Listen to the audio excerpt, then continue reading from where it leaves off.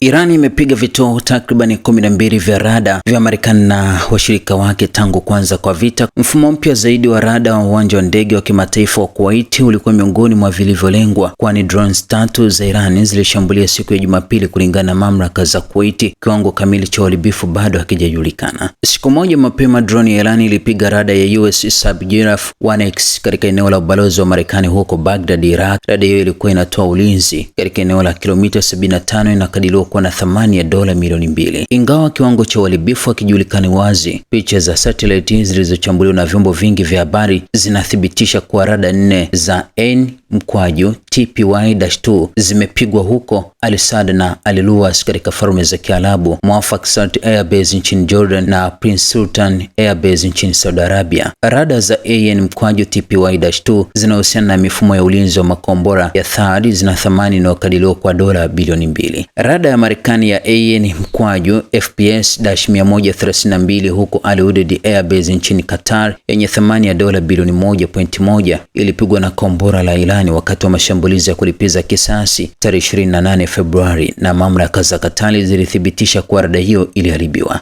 Irani pia ilipiga makao makuu ya kikosi cha 5 cha wanamaji wa Marekani huko Manama, Bahrain, na kuharibu vituo viwili vya mawasiliano ya satellite na majengo kadhaa makubwa. Ripoti za kijasusi huria zimetambua vituo vya mawasiliano vilivyolengwa AN-GSC-52BS yenye gharama inayokadiriwa kuwa dola milioni 20 ikijumuisha uwekezaji. Mbali na vituo vilivyoshambuliwa huko Bahrain, picha za satellite zilizochambuliwa na New York Times zilionyesha namna zilizoharibiwa na kuongeza uharibifu wa takriban dola milioni 30. Kwa jumla mifumo 12 ya rada au vituo vya Satcom zenye thamani inayokadiriwa kuwa dola bilioni 3.1 zimepigwa na mashambulizi ya Iran.